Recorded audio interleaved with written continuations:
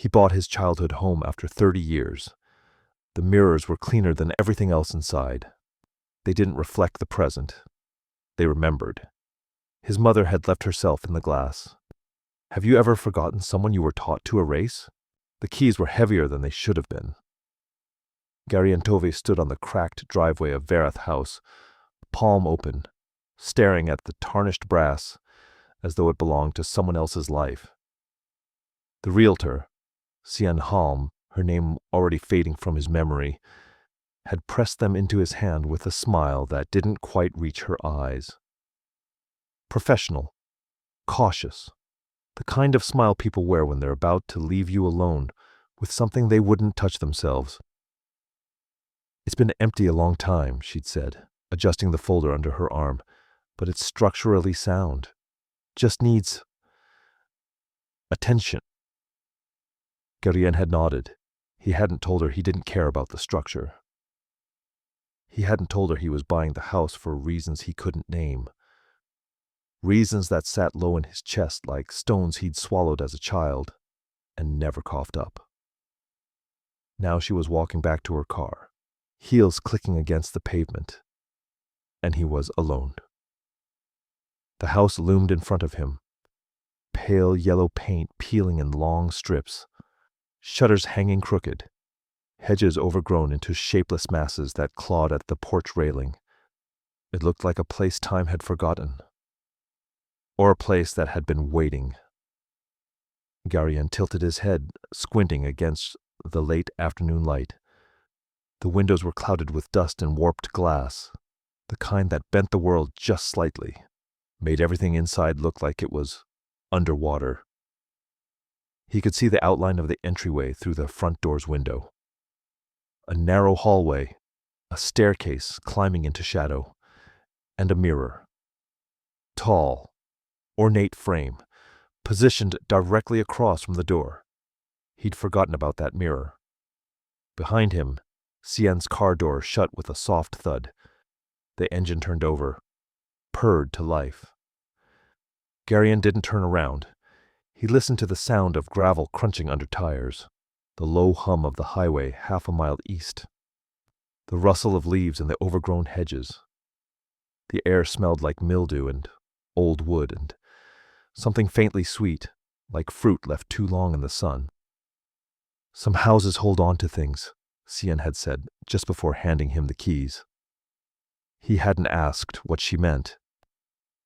Now, standing at the foot of the porch steps, Gary and Tove realized he didn't want to know. The keys felt colder now, heavier, like they were pulling him forward. He climbed the steps slowly. 3 wooden planks, warped and groaning under his weight. The porch sagged to the left. A rocking chair sat in the corner, motionless, covered in a layer of pollen thick enough to write in. He thought, absurdly, that someone should clean that. He thought, absurdly, that someone used to sit there. His hand reached for the doorknob before his mind caught up. The lock turned with a low scrape, metal on metal, reluctant. The door didn't swing open. It resisted. He had to push, shoulder against wood, breath held. And then it gave, sudden and rough, like the house had been holding its breath too. The smell hit him first. Dust. Rot. Something underneath that made his throat tighten. Not decay exactly, but age. The scent of 30 years settling into wallpaper and floorboards and the cracks between. Garian stepped into the entryway and stopped. The mirror was waiting. It stood across from the door, just as he'd glimpsed through the window, taller than he remembered. The frame was dark wood, carved with vines and leaves that twisted into themselves, intricate and obsessive. The glass was clouded, smudged, covered in a fine layer of dust that softened the reflection like gauze over a lens. And in that reflection, Garian stared. The man staring back was older than he felt. Lines around the eyes, gray threading through dark hair. Shoulders hunched in a way he hadn't noticed before. He looked tired. He looked like someone who'd been running and had finally stopped because there was nowhere left to go. He blinked. The reflection blinked back, but something about it felt delayed. Just a fraction of a second, like the mirror had to think about it first. Garian exhaled slowly and turned away. The hallway stretched in front of him, narrow and dim. The wallpaper was faded, pale blue with white flowers, now yellowed at the edges and peeling near the ceiling. The floorboards were scuffed, scratched, dark with age. To his left, the staircase climbed into shadow. To his right, an open doorway led to what he thought might be the living room. He didn't move. His hand was still on the door frame, 1 foot inside, 1 foot on the porch. He stood there, suspended, caught between the world outside and the world waiting inside Verith House. A memory flickered, unbidden, sudden, bright as a camera flash. He was 7, maybe 8. Running down this hallway, bare feet slapping against wood, laughter bubbling up from his chest.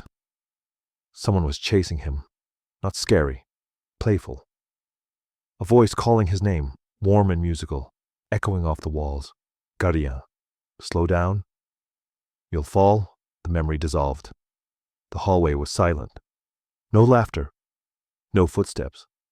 Just the faint hum of the highway in the distance and the settling creak of old wood adjusting to his weight. Garian took a breath, shallow, careful, and stepped fully inside. The door swung shut behind him, not slammed, not blown by wind, just closed. The sound echoed through the house, soft and final, like the house had been waiting for him to commit. Like it had been holding its breath.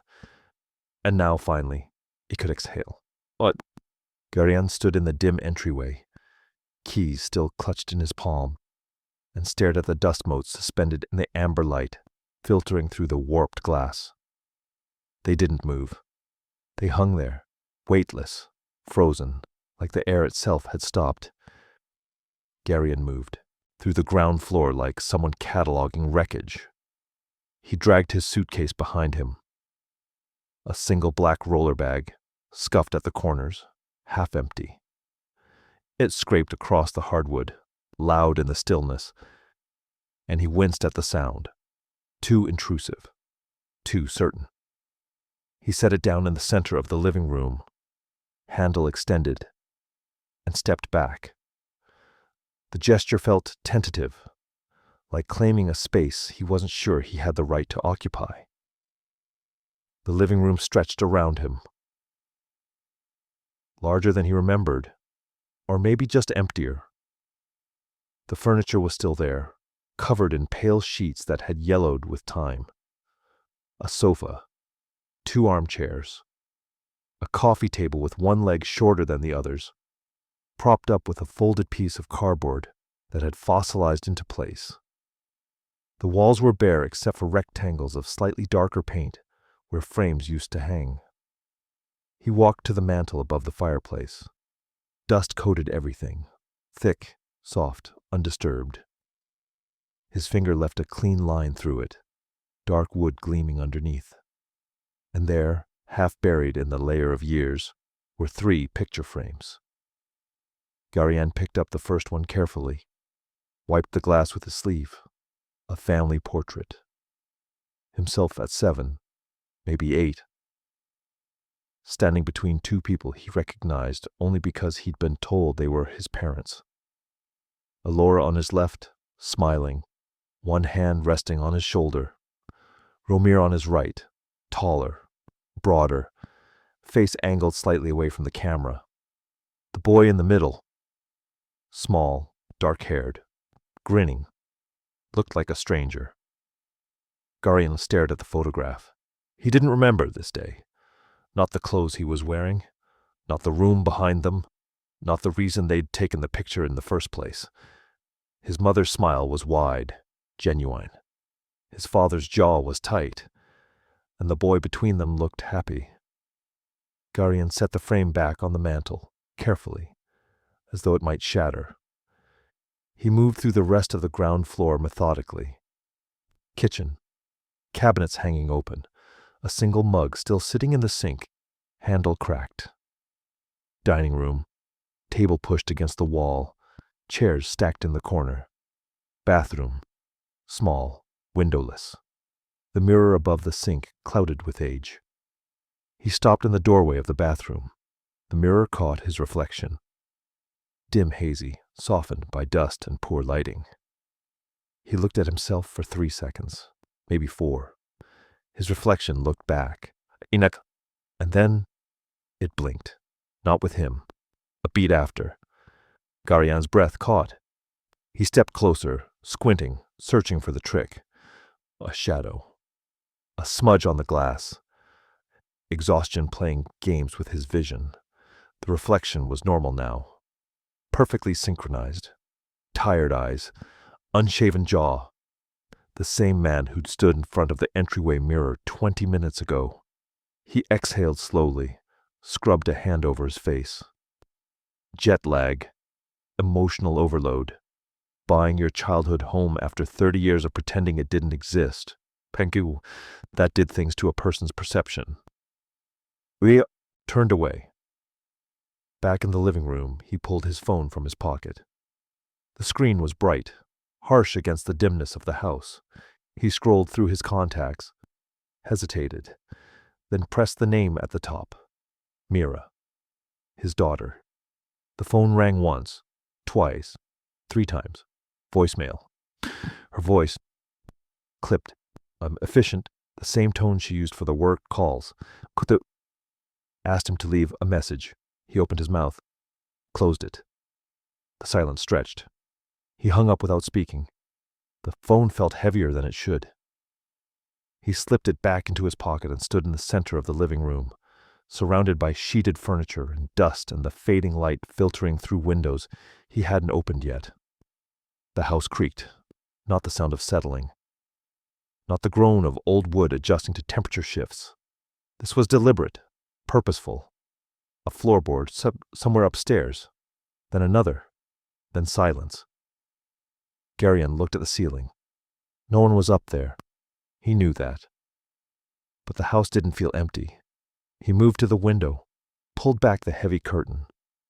Outside, the hedges were dark silhouettes against the fading sky.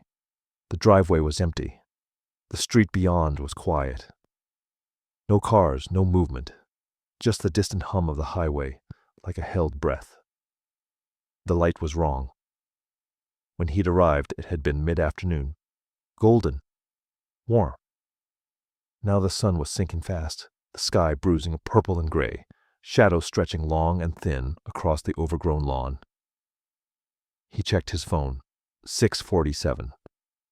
That wasn't right. He'd been inside maybe an hour and a half tops. The sun shouldn't be setting yet.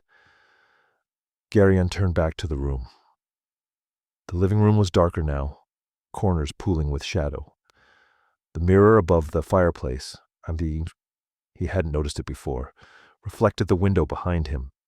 The dying light, the pale sheets draped over furniture, like ghosts waiting to be acknowledged. And his reflection, standing in the center of the room, staring back. He looked away quickly. His hand found the banister at the base of the staircase. The wood was smooth, worn, the grain soft under his palm. Cold, too. Colder than the air around him. He gripped it tighter, testing the weight of the stairs, the stability. The house creaked again. This time it was closer, directly above him. Garian looked up the staircase. It climbed into darkness, the second floor invisible from where he stood. He thought about going up, checking the rooms, making sure the house was truly empty. But he didn't move. Instead, he glanced to his left. The bathroom door still open, the mirror inside catching slivers of fading light. Then to his right, the living room mirror above the mantel, angled just enough to see him standing at the base of the stairs. He realized suddenly how many mirrors there were. Entryway, bathroom, living room. He hadn't checked the kitchen yet, or the dining room. or upstairs, and none of them, not a single one, was covered in dust. Yeah, everything else in the house was thick with it. The mantel, the furniture, the windowsills, even the picture frames had been buried. But the mirrors, clean, pristine, like someone had been polishing them. Garien's grip on the banister tightened. He pulled his hand away, wiped his palm on his jeans. A cold draft slipped through the house, not from the windows, not from the door, from somewhere deeper, somewhere he couldn't see. The air smelled faintly of mildew and old wood and something else now, something sweeter, floral maybe, or perfume left too long in a closed room. He picked up his suitcase, handle clicking into place, and set it beside the couch. A gesture of tentative claiming, or surrender, he wasn't sure which. The light outside was almost gone now. The house was filling with shadows, pooling in corners, creeping across the floor. Garien stood in the center of the living room and listened, creaking upstairs. The distant hum of the highway, his own breathing, shallow and careful. And underneath it all, so faint he almost missed it, the sound of something shifting. Not footsteps, not wind, just movement, like the house was adjusting, like it was settling into the fact that he was here. Garien turned toward the staircase. The darkness at the top felt heavier now, watchful. He climbed the first step, then the second. He kept his eyes forward, focused on the railing, the stairs, the landing above. He didn't look at the mirrors, not the one in the bathroom to his left, not the one in the living room behind him, not the one he knew was waiting in the entryway, tall and silent, watching him climb. He just kept moving, up, into the dark. The second-floor hallway was darker than it should have been. Garien stood at the top of the stairs, one hand still on the railing, and stared into the narrow corridor that stretched ahead. 4 doors, all closed. The wallpaper up here was different. Pale green with thin gold lines, water-stained near the ceiling, peeling in long strips that curled like dried leaves. And at the far end of the hallway, another mirror. Tall, rectangular, positioned so perfectly that it caught his silhouette the moment he stepped onto the landing. He didn't look at it directly. Not yet. Instead, he moved to the first door on his right. The wood was warped, swollen at the edges, and it took effort to push it open. The hinges groaned. A long, low sound that echoed through the hallway like a warning. His childhood bedroom. Garien stepped inside and stopped. It was exactly as he'd left it. The bed was still made, pale blue comforter pulled tight, pillows arranged against the headboard.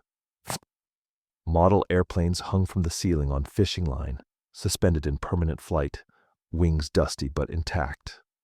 Posters clung to the walls, edges curled and yellowed. A baseball player mid-swing, a movie he didn't remember watching, a map of constellations with glow-in-the-dark stars that had long since stopped glowing. The room felt smaller than he remembered, not metaphorically, physically, like the walls had moved inward while he was gone. Garien crossed to the bed, sat down carefully. The springs creaked under his weight. A sound so familiar it hurt. He used to bounce on this bed, used to build forts with the blankets, used to lie awake at night counting the model airplanes, naming them, imagining where they'd fly if they were real. He didn't remember any of that. He knew it. The way you know facts from a history book, but he didn't remember it. His gaze drifted to the dresser against the far wall, and above it, a mirror, oval, wooden frame, tilted slightly downward, angled to catch whoever stood in front of the dresser. Garien stood slowly, crossed the room, stopped 3 feet from the glass. His reflection stared back, tired, older, shoulders hunched, and then the reflection changed, not gradually, not like a fade or a flicker, just changed. The man in the mirror was gone. In his place stood a boy, 9 years old, maybe 10, dark hair falling into his eyes, wearing a striped shirt Garion didn't recognize, standing in the same spot, same angle, same room, but small, young, staring directly at him with eyes that were too steady, too knowing. Garion stumbled backward. His shoulder hit the doorframe. His breath caught in his chest, sharp and painful. He blinked.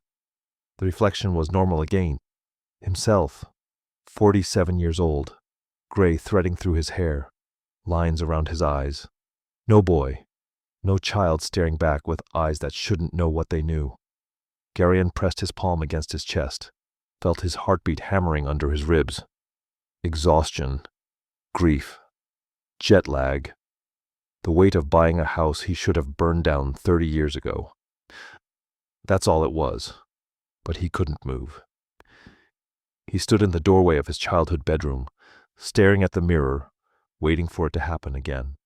It didn't. The reflection stayed normal, perfectly synchronized.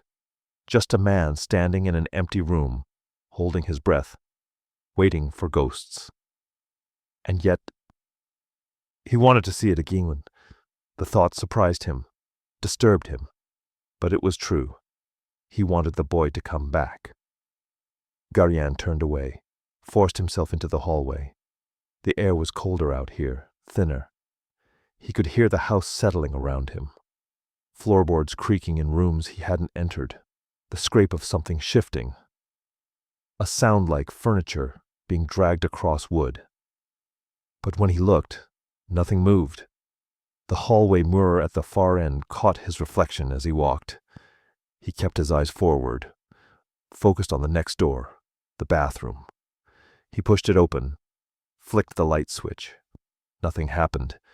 The bulb was dead, or the power was off. He couldn't remember if Cien had mentioned utilities. Moonlight filtered through a small window above the toilet, pale and cold. Enough to see by. Enough to make out the sink, the tub, the mirror above the sink. Garion stepped inside. The mirror was fogged, not from steam, just clouded, like someone had breathed on it, and the condensation had never cleared. He wiped his hand across the glass. His reflection appeared. Distorted, stretched, wrong. And behind him, in the doorway, a flicker of movement. Small, child height, gone before he could turn around. Garion spun, heart pounding.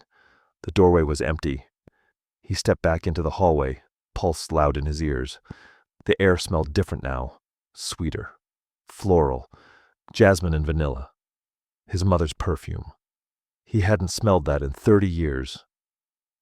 Garion walked down the hallway slowly, testing each floorboard, listening for sounds that shouldn't be there. He opened the hallway closet. Narrow, shallow, crammed with boxes and plastic bins. And there, on the top shelf, a cardboard box labeled in faded marker, Garion, toys. He pulled it down, set it on the floor, opened the flaps, model cars, action figures, a wooden train set, pieces still connected, gathering dust. A stuffed bear with one button eye missing. He didn't remember any of it, but someone had kept it, packed it, saved it, waiting for him to come back. Garion closed the box, left it in the hallway. He moved to the mirror at the end of the corridor. The tall one, the one that had been watching him since he reached the second floor. He stopped in front of it, looked. His reflection looked back, and then, in the peripheral edge of the glass, movement. Not him. Someone else. A boy. Grinning, waving. Not the boy from the bedroom mirror. This one was different. Lighter hair, freckles across his nose, wearing a red jacket Garion recognized but couldn't name. Kyle. The name surfaced from somewhere deep, somewhere he'd buried it. Kyle Orin, his best friend, the kid who lived 2 houses down, the kid who'd moved away when Garion was 11 and never came back. Garion's breath fogged the glass. The boy in the reflection grinned wider, waved again, and then faded, like smoke, like memory. Garion pressed his forehead against the mirror. The glass was cold, solid, real. But the boy had been there. He'd seen him. He dropped to his knees in front of the mirror, hands flat against the floor, staring into the glass like it was a window into another room. Another time. The reflection showed the hallway behind him, empty, quiet. But if he waited, if he stayed here long enough, maybe it would show him something else. Maybe it would show him more. He knelt there, silent, barely breathing, watching the glass the way you watch water for ripples. And slowly, so slowly he almost missed it. The hallway in the reflection began to change. The wallpaper was brighter. The doors were open. The light was warmer, golden, like a late afternoon sun. And from somewhere downstairs, faint but unmistakable, laughter. A child's laughter. His own. Garion's hands curled into fists. The mirrors weren't broken. They weren't malfunctioning. They were remembering. And they were inviting him to remember too. He stood slowly, legs shaking, and turned toward the stairs. He needed to check the other mirrors. All of them. He needed to see what else they knew. Garion moved through the house like a man possessed. Kitchen first. The mirror above the sink. Small, square, framed in chipped white paint. He stood in front of it, hands gripping the edge of the counter, staring into the glass. For 10 seconds, nothing. Then, a flicker. Not his reflection. A woman, younger than he'd ever known her, standing at the stove, back turned, one hand stirring something in a pot. Humming. The melody was faint, distorted, like it was traveling through water. Elora, his mother. Garion's breath caught. She turned slightly, just enough for him to see her profile, the curve of her cheek, the way her hair fell across her shoulder. She was smiling. And then she was gone. The mirror showed only him again, pale, wide-eyed, hands white-knuckled on the counter. He stumbled backward, shoulder hitting the refrigerator. The sound echoed through the empty kitchen. Too loud, too sharp. His mother had been there. Not a memory, not a hallucination. She'd been in the mirror. Garion turned and ran. Through the kitchen, through the dining room. He stopped in front of the mirror above the sideboard. Rectangular, beveled edges. Glass clouded with age. He pressed his palms flat against it. Cold, solid, real. He waited. The reflection stayed normal. Just him. Just the empty dining room behind him. Chairs stacked in the corner. Table pushed against the wall. But if he waited long enough. If he stayed still, the air in the room shifted. The light changed. Warmer. Golden. And in the mirror the dining room filled. The table was centered. Chairs arranged around it. Plates set. Glasses half full. A family dinner. Elora at one end. Romir at the other. And between them, a boy with dark hair, swinging his legs under the table, grinning at something his mother said. Garion watched himself as a child. Watched his mother laugh. Watched his father's jaw tighten. Watched him set down his fork with too much force. The scene dissolved.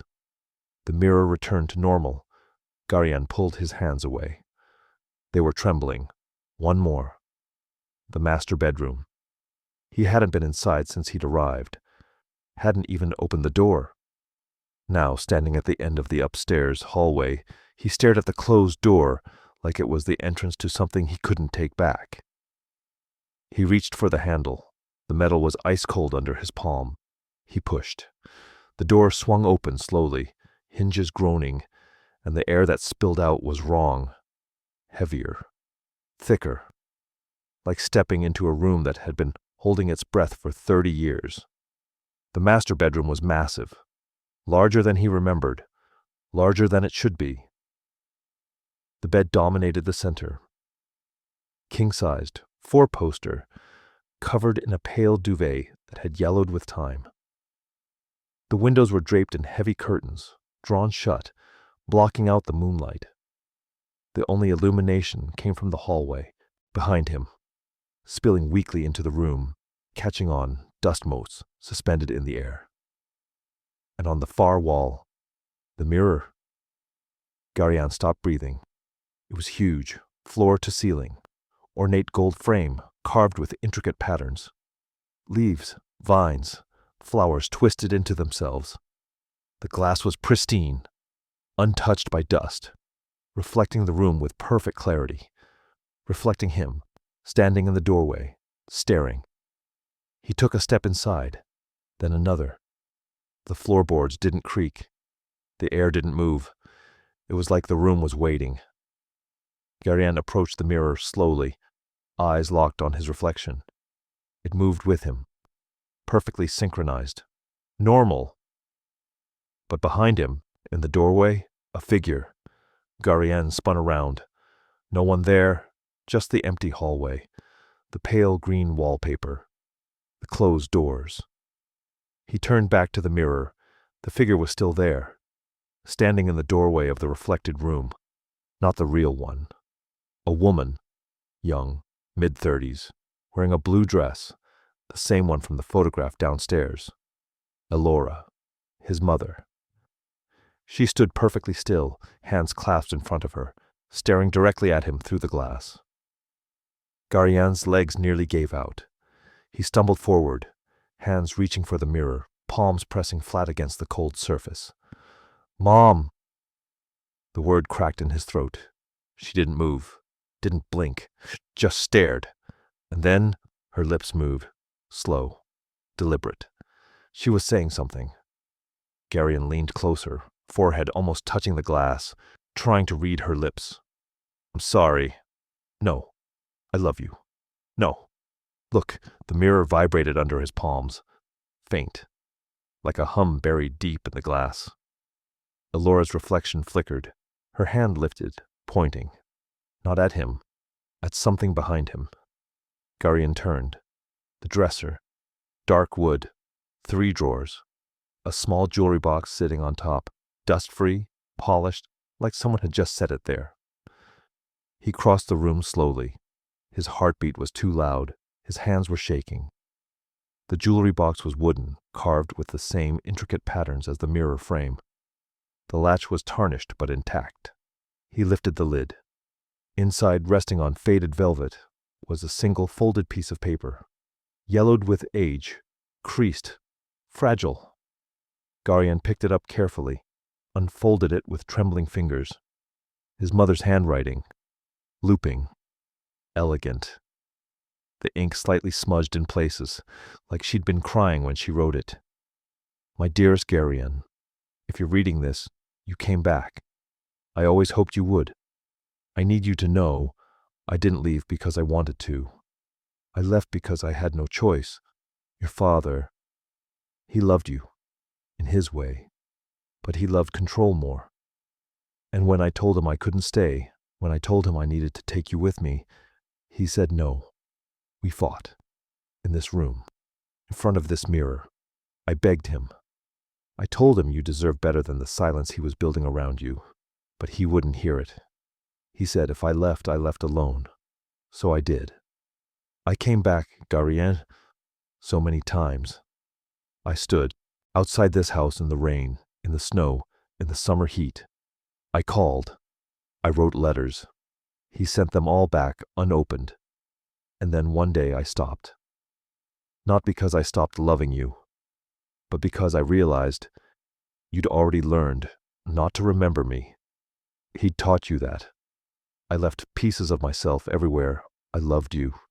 In the mirrors, in the walls, in the rooms where I held you and sang to you and promised I'd never let go. If you ever come back, look in the mirrors. They'd remember when you couldn't. I love you.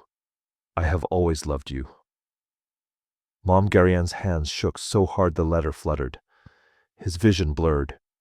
His throat closed. He sank onto the bed, letter clutched in his fist, and the springs groaned under his weight. The same sound they'd made 30 years ago when his mother sat here, writing these words, knowing her son might never read them. He looked up at the mirror. Elora was still there, standing in the doorway of the reflected room, watching him. Her hand lifted, pressed flat against the glass from the other side. Garion stood, stumbled forward, pressed his palm against the mirror where hers rested. The glass was ice cold, vibrating, alive. "I'm sorry," he whispered. "I'm so sorry I forgot you." Her reflection smiled, sad, gentle. And then she faded, slowly, like smoke dissolving into air, until the mirror showed only him, alone, tears streaming down his face and the empty master bedroom behind him. Garion collapsed back onto the bed, letter still clutched in his fist, staring at the mirror where his mother's reflection had been. The room was silent. The house was silent. But for the first time in 30 years, Garion Tove remembered. Garion couldn't stop moving. He left the master bedroom with the letter folded in his pocket. His mother's words pressed against his chest like a second heartbeat. He moved through the house mirror to mirror, hands trembling, eyes burning, searching for more proof, more memory, more pieces of the woman who'd left herself in the glass. The bathroom mirror on the first floor showed him nothing at first, just his own reflection. Pale, hollow-eyed, unraveling. He pressed his palms flat against the surface, waited. The glass fogged under his breath, and then the reflection changed. Not him. A boy, 10 years old, standing in this same bathroom, staring at himself in the mirror with eyes too old for his face. And behind him, a man, tall, broad-shouldered, one hand resting on the boy's shoulder, grip firm, possessive. Romir, his father. Garion watched, frozen, as his father leaned down, mouth close to the boy's ear. He couldn't hear the words, but he could read his father's lips. "She's gone. Don't ask again." The boy in the mirror nodded. Small, obedient. He didn't cry. He just accepted. The scene dissolved. Garion stumbled backward, shoulder hitting the doorframe. His breath came in short, sharp gasps. He tasted copper. Salt. He'd bitten through his lip without realizing.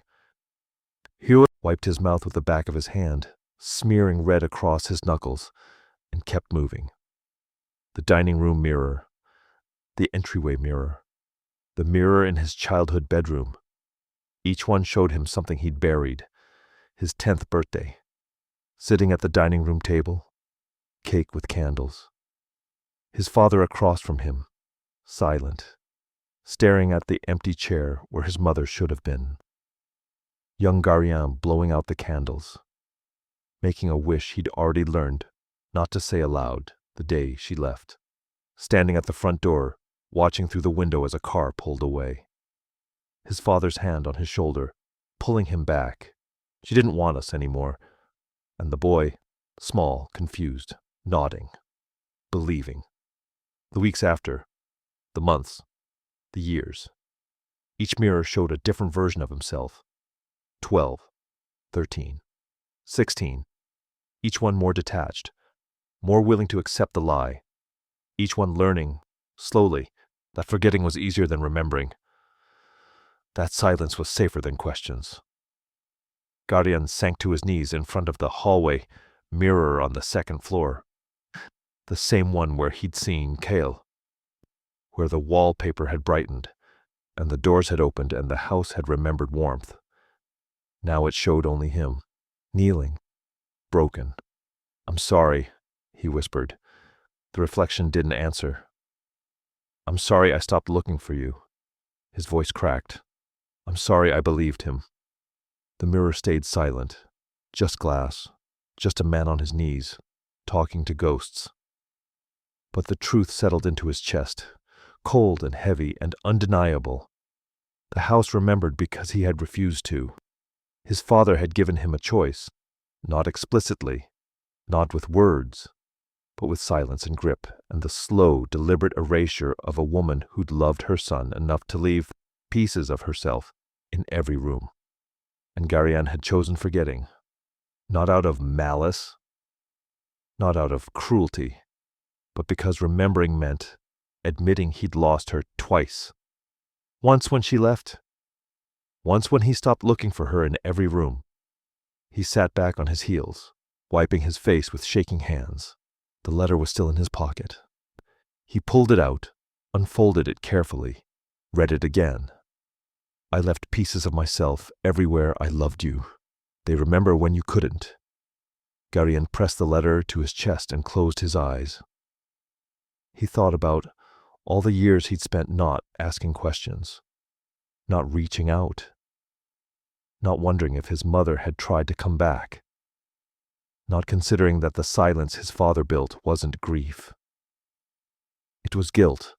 He thought about his daughter, Mira, how easily he'd let her slip away too, how quickly he'd stopped calling when she didn't answer, how familiar the pattern was. Silence as safety, distance as survival. He'd learned it young, and he'd carried it his whole life. I thought I'd forgotten her because time does that. Makes us smaller, makes the past feel like someone else's life. But the truth is, I chose not to remember, because remembering meant admitting I'd lost her twice. Once when she left, once when I stopped looking for her in every room. The words sat in his chest, heavy and true. He looked up at the hallway mirror, at his reflection, older now, tired, but no longer running. If you've ever carried a silence that heavy, subscribe. Sometimes the stories we bury are the ones that need to breathe the most. Garianne folded the letter, slipped it back into his pocket, and stood slowly. The house was dark now, full dark. No moonlight, no streetlights filtering through warped glass. Just shadows and mirrors and the weight of 30 years pressing down. He moved through the hallway, down the stairs, into the living room. 11 mirrors. He'd counted them. Kitchen, dining room, bathrooms, bedrooms, hallways, entryway. 11 surfaces that had watched him grow, watched him forget, watched him leave, and now watched him come back. Garianne sat on the sheeted couch in the living room. He didn't turn on the lights, didn't pull back the curtains, just sat in the darkness, surrounded by glass, and let the memories come. His mother humming in the kitchen, his mother reading to him before bed, his mother kneeling in front of him, whispering, "I love you," 7 times before she walked out the door. His father's hand on his shoulder, heavy, final. Don't ask again. And himself, 10 years old, learning that love could be erased if you just stopped saying its name. The mirrors didn't show him anything now. They didn't need to. He remembered all of it. The good, the loss, the lie, the complicity. Garianne sat in the dark for a long time. Minutes, maybe hours. Time felt strange in Varath House, compressed, stretched, like the walls were breathing. Finally he stood, crossed the living room, climbed the stairs, walked to the master bedroom. The door was still open. The massive mirror on the far wall reflected nothing but darkness, and the faint outline of his silhouette in the doorway. Garianne stepped inside, approached the mirror, pressed both palms flat against the cold glass, and said aloud, into the silence, "Show me everything." The mirror hummed, faint, low, like a frequency buried deep in the glass. Garianne didn't move. He waited. And the house, finally, answered. The mirror answered, not slowly, not gently. It erupted. The glass blazed with light, not reflected, not external, but from within. And the master bedroom dissolved around Garianne. The walls blurred. The floor vanished. There was only the mirror, massive and alive, and the memories pouring out of it, like floodwater breaking through a dam. Garian staggered backward, hands still pressed against the glass. It was warm now. Not cold, not neutral. Warm. Like skin, like breath. And in the reflection, everything. The room filled with overlapping images, not sequential, not orderly, all at once, layered, simultaneous. Elora standing by the dresser, folding clothes into a suitcase, her hands shaking, her face wet with tears. Romir in the doorway, arms crossed, jaw tight, eyes hard. Young Garian, 10 years old, small, confused, standing between them, looking from one parent to the other, trying to understand why the air felt like it was suffocating him. Garian pressed his forehead against the mirror, breath fogging the glass, and watched. Elora turned to Romir, suitcase half-packed, voice trembling. "I can't stay here anymore. Not like this." Her voice was faint, distorted, like it was traveling through water. But Garian heard it. Every word. Romir didn't move. "Then go. I'm taking him with me." "No." The word was flat, final. Elora's face crumpled. She crossed the room, reached for young Garian's hand. "Baby, pack a bag. We're leaving." The boy looked up at his father. Romir stepped forward, hand landing heavy on his son's shoulder, pulling him back, away from his mother. "You're not taking him." Elora's voice broke. "He's my son, and you're abandoning him." "I'm not—" Her breath hitched. "I'm trying to save him from this. From your silence. From the way you've turned this house into a tomb." Romir's grip tightened on young Garian's shoulder. The boy winced but didn't pull away. "If you leave," Romir said, voice low and cold, "you leave alone." Elora stared at him, then at her son. Her face was pale, shaking. She dropped to her knees in front of a young Garian, hands cupping his face. "I love you," she whispered. "I love you. I love you." 7 times, Garian counted. 7 times she said it. Voice breaking, tears streaming, hands trembling against her son's cheeks. And the boy, small, scared, confused, just stared. He didn't say it back. He didn't understand what was happening. Elora kissed his forehead, stood, grabbed her suitcase. She walked to the door, stopped, turned back, looked at her son one last time, and then she left. Garian watched her disappear down the hallway, watched her glance back once, twice, 3 times, watched her sob as she descended the stairs, watched the front door open, watched her step into the night. And then the scene shifted. Romir turned to young Garian, crouched down, eye level. "She didn't want us anymore." The boy's lip trembled. "Where did she go?" "Away. Is she coming back?" Romir's hand settled on his son's shoulder again, firm, possessive. "No, but—" "Don't ask again." And young Garian, 10 years old, small, already learning the shape of silence, nodded. He nodded. And Garian, 47 years old, standing in the master bedroom with his forehead pressed against the mirror, screamed. "You lied!" His voice shattered the stillness, echoed through the empty house, tore through 30 years of silence. "You made me forget her. You made me think she didn't want me." The mirror flickered. The images blurred. But they didn't stop. Another memory surfaced. Young Garian, 12 now, standing at his bedroom window, staring down at the street. A woman standing on the sidewalk, staring up at the house. Elora. She looked older, thinner. Her hair was shorter, but it was her. She stood there for 5 minutes. 10, 15, waiting. Young Garian saw her, recognized her, and turned away. Pulled the curtain closed, went back to his homework. Garian's knees buckled. "No," he whispered. "No, I didn't." But he had. He'd seen her, and he'd turned away, because his father had taught him that remembering hurt. that asking questions meant breaking something fragile, that silence was safety. The mirror shifted again. Elora standing outside Verith house in the rain, soaked, shivering, staring up at the window of Garion's childhood bedroom. She didn't knock. She didn't call out. She just stood there, and then she left. The image repeated. Different seasons, different years. Spring, summer, fall, winter. She came back. Over and over. She never stopped.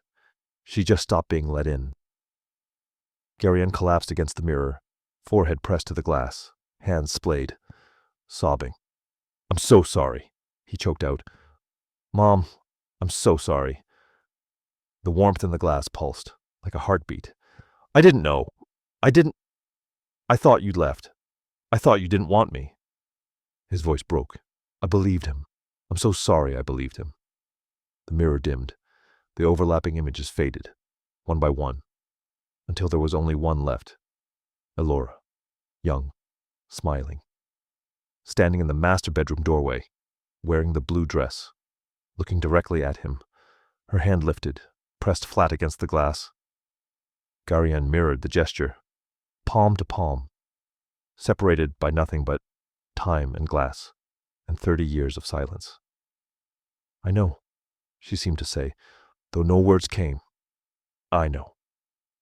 And then she faded, slowly, gently, until the mirror showed only Garion, alone, broken, tears streaming down his face, but no longer running, no longer forgetting. He slid down the mirror, back against the glass, and sat on the floor of the master bedroom. His chest heaved, his throat burned, his hands shook. But for the first time in 30 years, Garion Tove felt the full weight of what he'd lost, and he let himself grieve it. Not the sanitized version his father had fed him, not the lie he'd been taught to carry, the truth. His mother had loved him. She had fought for him. She had come back, and he, small, scared, trained into silence, had let her go. Not because he didn't love her, but because he'd learned that loving her meant breaking the only safety he had left. Garion sat on the floor, surrounded by the walls that had watched it all, and whispered into the silence, "I remember you now, Mom. I remember." The house settled around him, quiet, still. The mirror reflected nothing but an empty room and a man who'd finally stopped running from the past. And somewhere, in the walls, in the glass, in the spaces between memory and forgetting, Elora heard him. Garion woke to the sound of rain. Soft, steady, drumming against the windows like fingertips asking permission to enter. He was still on the floor of the master bedroom, back against the mirror, legs stretched out in front of him. His neck ached, his eyes burned. The letter was still clutched in his hand, creased and damp with sweat. Morning light filtered through the curtains. Pale, gray, muted by the storm outside. He'd slept. He didn't remember falling asleep. Garion shifted, groaning as his spine protested. He pushed himself upright, using the mirror for support, and stood slowly. His reflection stared back, exhausted, hollow-eyed, but steady. Just him. No child, no mother, no father. Just Garion Tove, 47 years old, standing in the master bedroom of the house where he'd learned to forget. He touched the mirror with his fingertips, traced the ornate frame. The carved vines and leaves twisted into themselves. The glass was cold again, not warm, not pulsing, just glass. The mirrors were done. Their job was finished. Garion folded the letter carefully, slipped it into his pocket, and left the room. The house felt different now, lighter, like something heavy had been lifted from the walls. The air didn't press as hard. The shadows didn't cling. He moved through the hallway, down the stairs, into the bathroom on the first floor. The mirror above the sink reflected him, tired, unshaven, but present.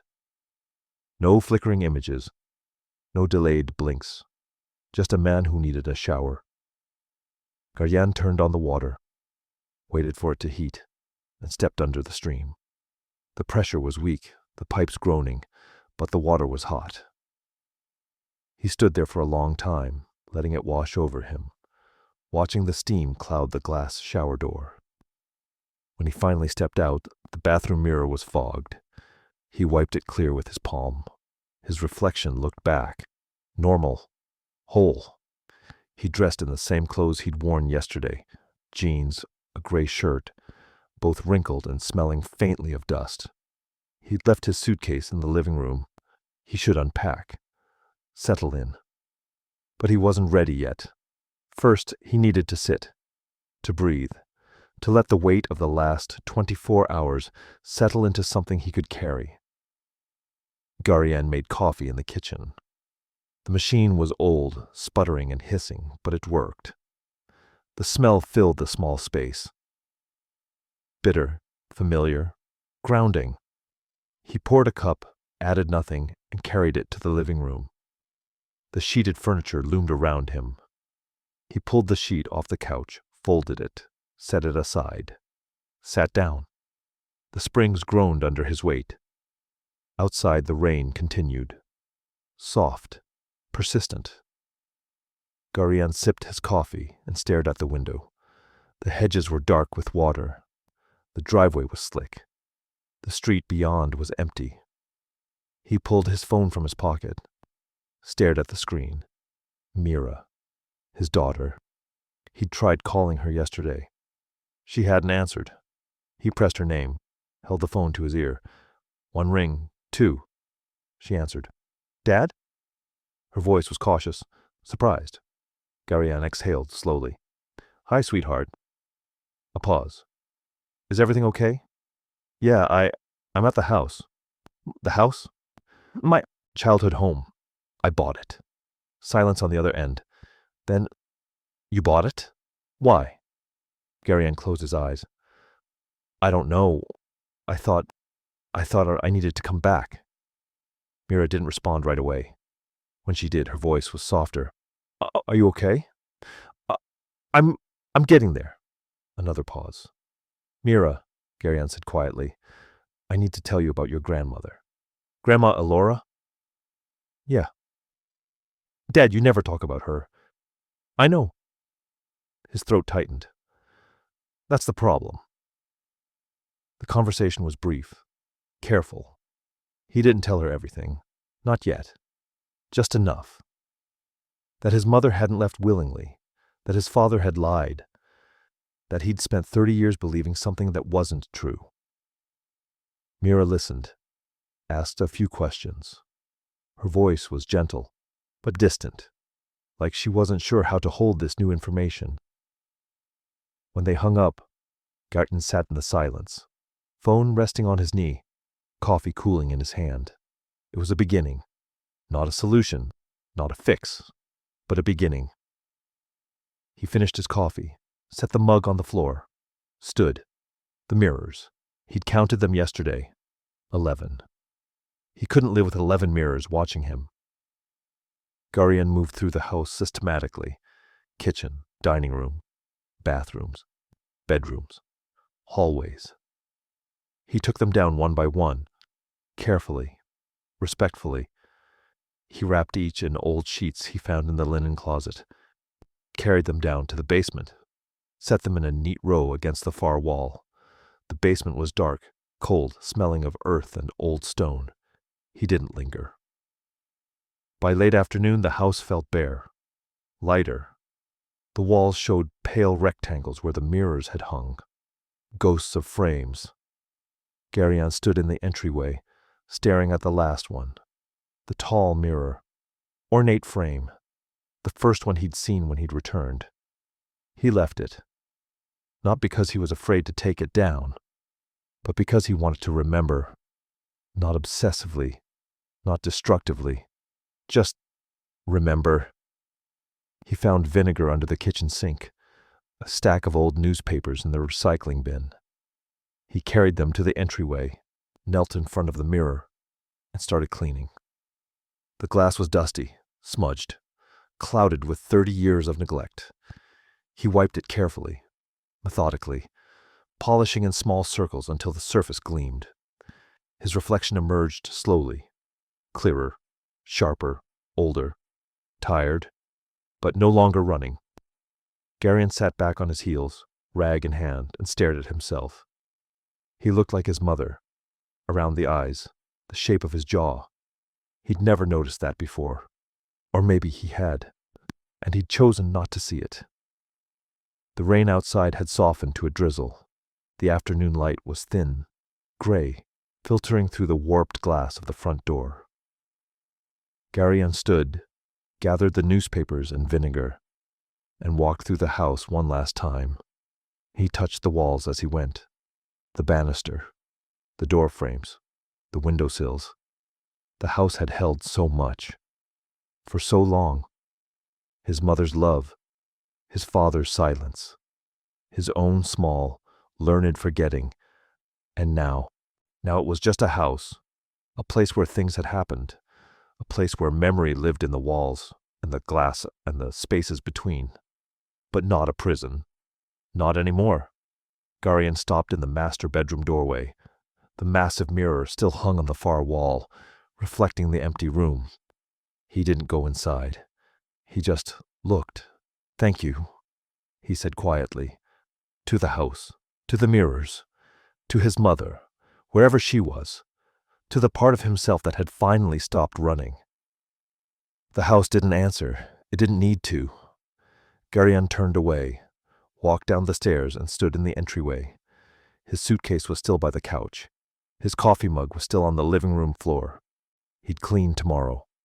Unpack. Start making the house livable. Tonight he just needed to rest. And remember.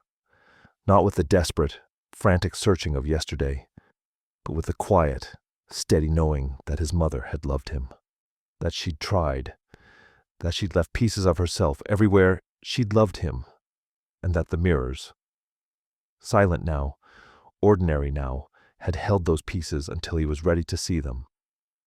Garion locked the front door, turned off the lights, climbed the stairs. He paused in front of his childhood bedroom. The door was still open. The bed was still made. He stepped inside, lay down on the small bed. The springs creaked, and for the first time in 30 years, Garion Tove fell asleep in his childhood home. Not haunted, not running, just home. 3 months later, Garion Tove returned to Varath House on a Saturday afternoon in early autumn. The hedges were trimmed now. The porch no longer sagged. The shutters hung straight. Paint, soft cream, not the peeling yellow, covered the exterior walls, making the house look younger, cared for, like something worth keeping. Garion parked in the driveway, cut the engine, and sat for a moment. The passenger seat beside him was empty, but not for long. A second car pulled in behind his. Silver sedan, newer model, Mira. His daughter stepped out, sunglasses pushed up into her dark hair, and looked at the house with an expression Garion couldn't quite read. "This is it?" she asked. Garion nodded. "This is it." She walked up the driveway slowly, taking in the repaired porch, the fresh paint, the flower beds he'd planted along the walkway. Marigolds, lavender, his mother's favorites, according to the letter. "It's smaller than I thought it would be," Mira said. Garion smiled faintly. "It feels that way to me, too."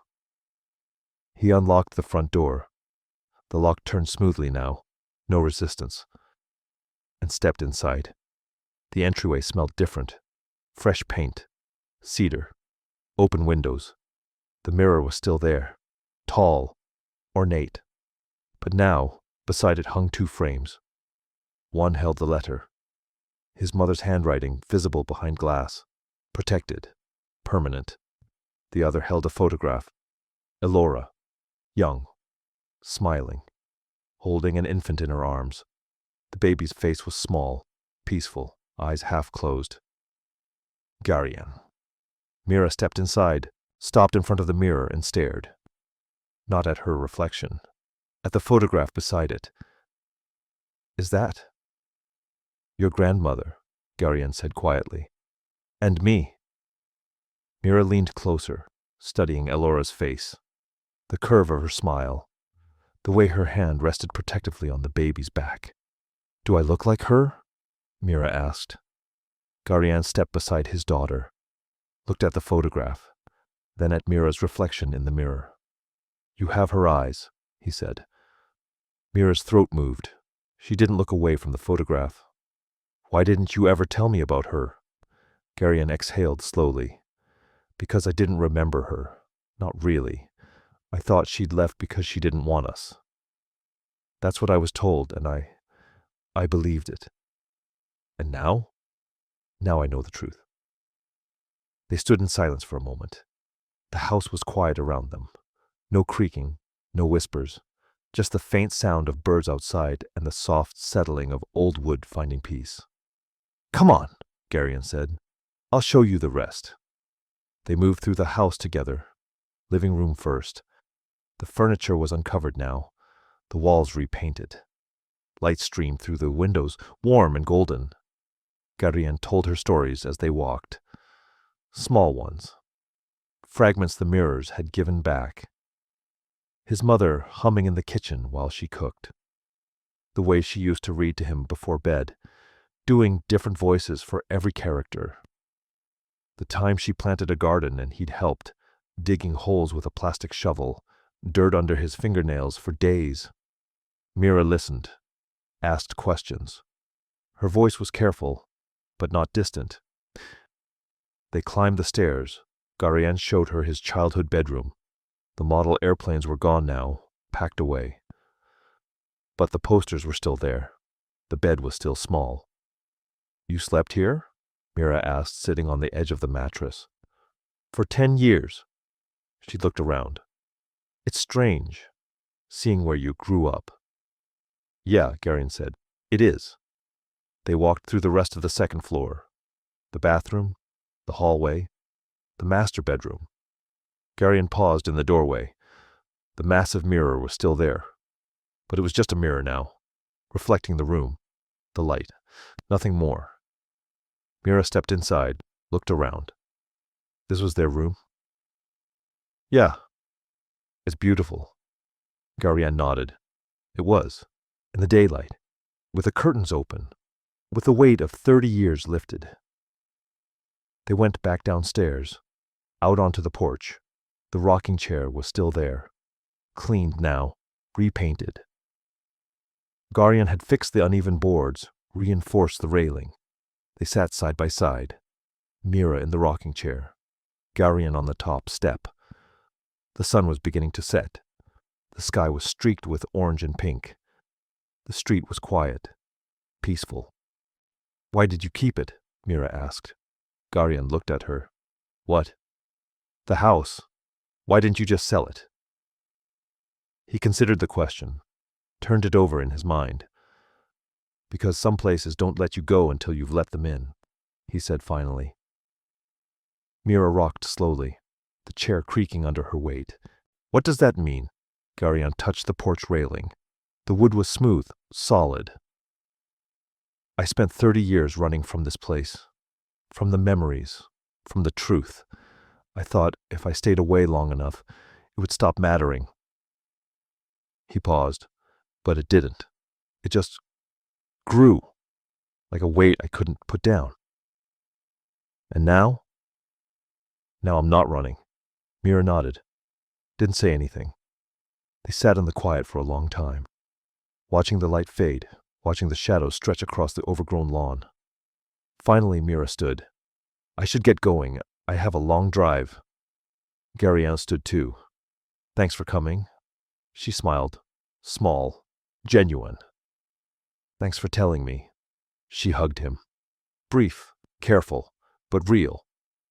And then she walked to her car, waved once, and drove away. Garian stood on the porch, watching her taillights disappear down the street. When she was gone, he turned back to the house. The front door was still open, the entryway visible, the mirror reflecting the fading light. He stepped inside one last time, stood in front of the mirror, looked at his reflection. Older, tired, but steady, whole. The photograph of his mother hung beside the glass, smiling, holding him. The letter was there too, proof of love, proof of loss. Garion touched the frame of the photograph gently. "I'm glad I came back," he whispered. The house was silent, but in the fading light, just for a moment, so brief he almost missed it, the mirror showed something else. A figure standing behind him. A woman, young, smiling, one hand resting on his shoulder. Elora.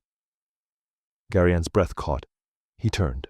No one there, just the empty entryway, the open door, the quiet house. He looked back at the mirror.